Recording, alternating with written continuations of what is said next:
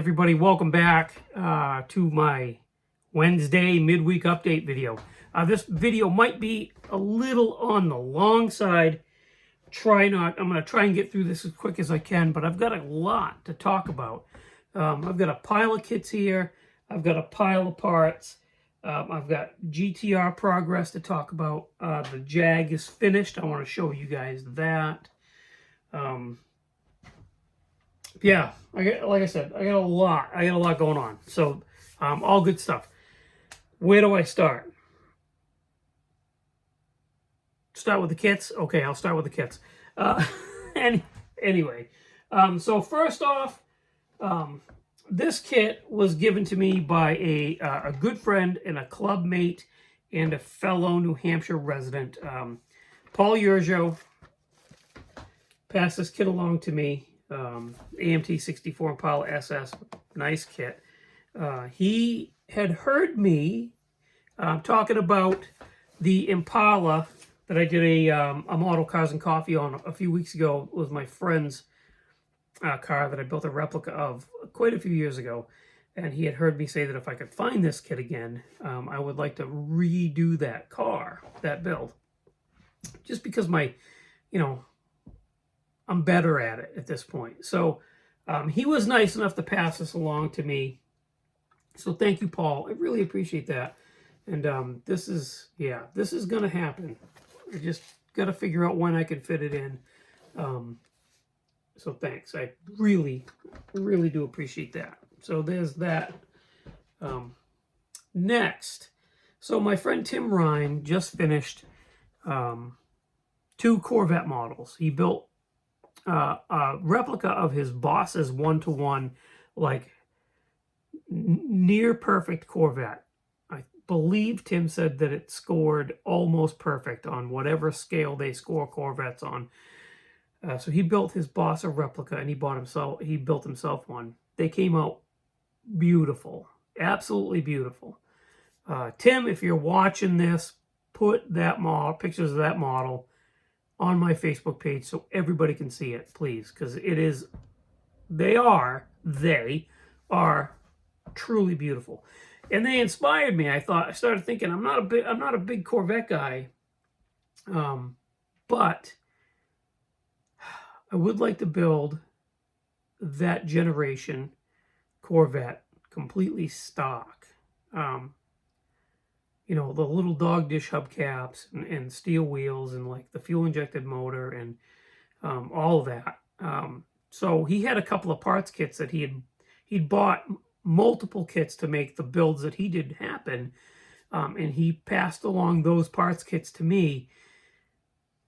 I definitely have enough parts to build one complete model, and then enough to build 99% of another car. So thank you, Tim. I really appreciate that. So the 2 kits he gave me were the 58 Roadster Pro Modeler. That's just a cool car right there, right? So he gave me this kit, and he gave me this kit, which is Monogram 59 2-in-1. This one you can build with a top like that, which I don't know. I'm kind of leaning towards the top. I do like the top.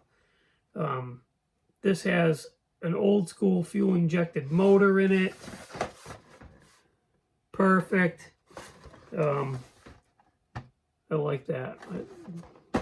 I don't know. I'm going to try and get to it soon. But I have other stuff that I've committed to in my brain, plus with other people, that I need to build first. So we'll see what happens. But those 2 kits I got from Tim. Thank you again, Tim. Next, another friend of mine had heard, we were chatting online, and I had mentioned that I was very much wanting this kit.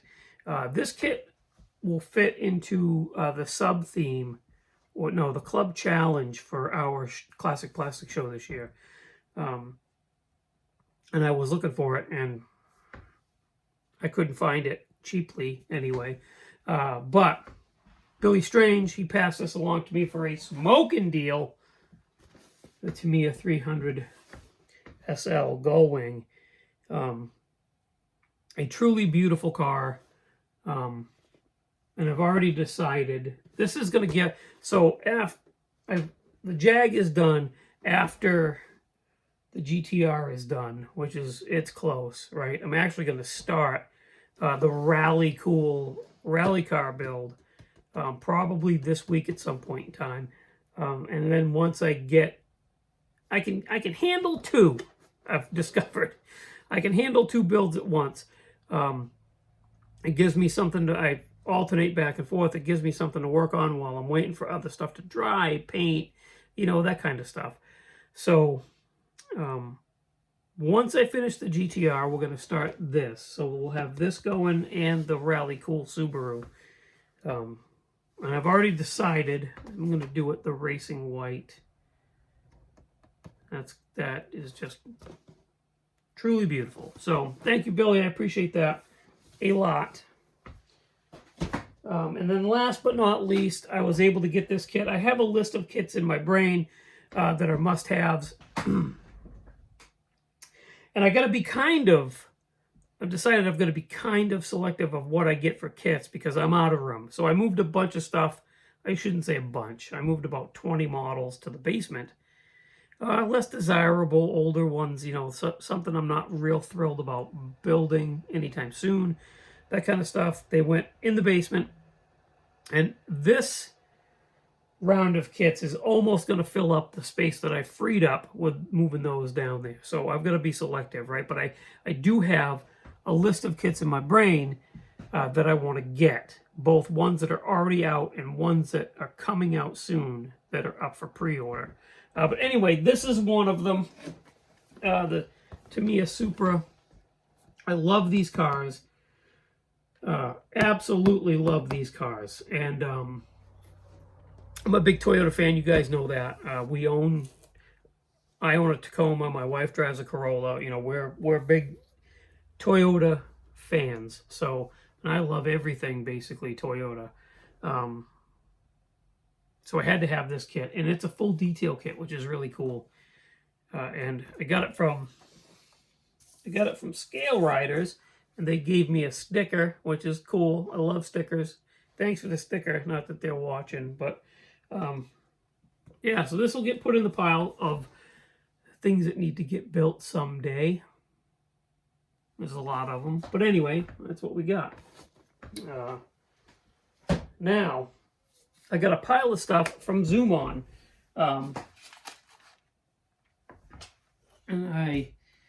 So we all know the story. Jonesy lost one of my wheels and tires for the GTR. Couldn't find it. It was gone for a week. I thought, well, it's gone. Well, so I looked everywhere through the house, right? I looked in here, behind, and underneath everything in this room. I went into the living room and looked behind and underneath everything in there. We have baseboard heaters. I looked underneath and in the corners of every baseboard heater in this house. Then I moved to the kitchen. I looked underneath the refrigerator, the stove. We have a stand-up freezer. I looked under that. I basically looked everywhere. I couldn't find it. So I get on Zoom On and I order these 17-inch Nissan Skyline GTR R32 V-Spec 1 rim set. Very cool. You know, these are cool. And the tires are really nice. Day after I order these, Heather finds the wheel and tire under the stove. So that tells me that little jerk was moving it around the house playing with it. Anyway, so we've got these. I'm going to use these on the GTR because they're so much nicer. And I don't know, I think they're going to be a better look with that. So we got those. And then there's a Toyota build, a little Corolla build that I want to do. We talked about it. It's a race car. I want to turn it into a street car. And I got these rims for that. hoping to build that this year. Those are really cool. These are like metal barrels with the centers, and the tires are really nice. So we got those. Then I bought the rear louver set for the Tamiya 240Z because that car needs louvers, in my opinion. I love those cars with the louvers. I have both the Street Custom and the stock version. I believe I'm going to use these on the stock version. So we got those. And then something that I have in mind that's kind of out there and different, I thought would be cool. A touring roof box. So it's like a Thule box to go on the roof of a model car. That's pretty neat. So that's what we got from Zoom On. All good stuff. Oh, and they gave me another metal transfer set.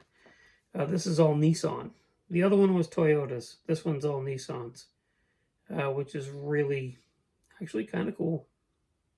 So they gave me that for free. And while we're talking about GTR parts, we got, so I was able to get the window trim done. The rear mud flaps are painted. I still have to do like the tail. I have to paint the backs of the tail lights so that the red stands out. I got to paint the backings of the headlights. And then I've got to go around with panel line accent, obviously, because I got to pull some detail out of that stuff. But the body is almost there. Almost there and ready. And then the chassis, we got the chassis together and I started detailing that. This is going to be a driver, so it's going to be you know, driven on the bottom, really clean and shiny on the top.